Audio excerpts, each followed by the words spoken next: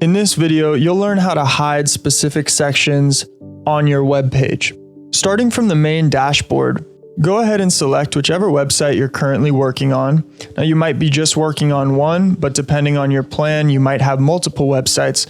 So for the sake of this tutorial, we're going to go ahead and click on sportsfootage.com. After selecting the website that you'd like to work on, go ahead and select whichever page you're currently working on. In this case, we're working on customizing the home page for our website. For the sake of this tutorial, you will just see a standard homepage template that we will be building out for a brand new website. And as you can see, we have all kinds of different sections on this homepage that we could go through and manually delete each little icon if we didn't like it, or we could continue to customize it. But there's an easier way to do that. So what we're going to be covering is how to hide entire sections on your website. The first way that I can show you how to do this is by simply hovering over the background of a specific section. You will see a section visibility icon, which is a little eye, all right? And if you're seeing that icon, you can go ahead and click it to hide that section.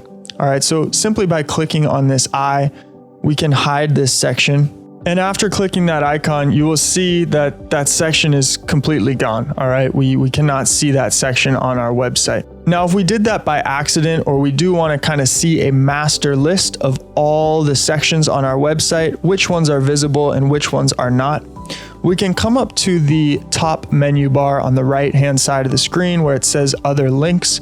Go ahead and click that menu. And we want to click on the first icon up at the top, which is Display, under Page Settings. So go ahead and click Display. After clicking Display, you will see your page display options. Now, these are all the current sections on your website, all right? You'll see the testimonials, the pages, social podcasts, bullets. Now, you'll be able to tell that the section is visible to the public viewer if it is not grayed and crossed out, all right? So this first section that you see that is currently visible will correspond to the first section that you see at the top of the page. So if we wanted to hide that section from view, we could simply click on that icon. It will now become grayscale, and you can see that that section disappeared from view.